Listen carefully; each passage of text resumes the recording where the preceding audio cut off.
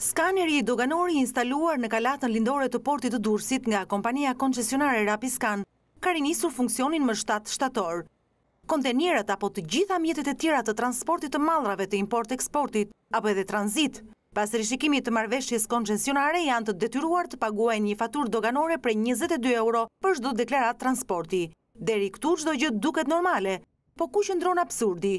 Jo vetëm që nënshtrohen skanimit këtu dhe paguajnë tarifën për 22 euro, por janë të detyruar që edhe në pikat ku ata destinacionin ku ata do të shkojnë, duhet të paguajnë tarifën e skanimit për 22 eurosh.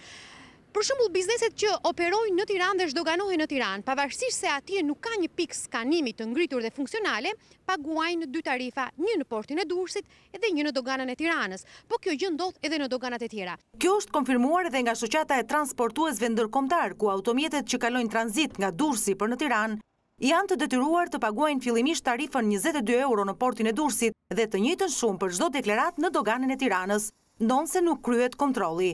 Kryetari i shoqatës Ilirian Mataj shprehet se ky lloj shërbimi nga privati nuk kryhet në asnjë shtet tjetër dhe biznesi paguan kosto-shtesë për një shërbim që duhet të kryhej nga vetë dogana.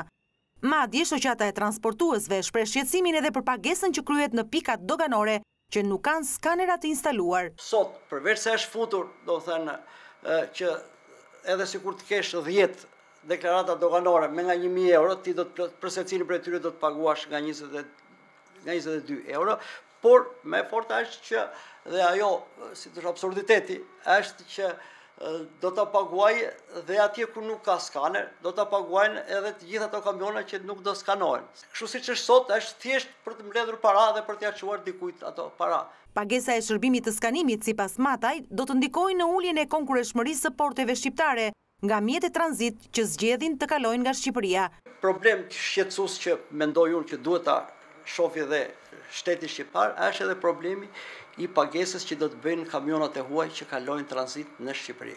Dhe ky është vërtet një shqetësim nëse e shohim në syrin e të gjitha atyre investimeve të mëdha që prej 20 sa vjetësh po bën vendi jonë për të hapur korridore transporti, korridore të lëvizjes së mjeteve edhe të njerëzve.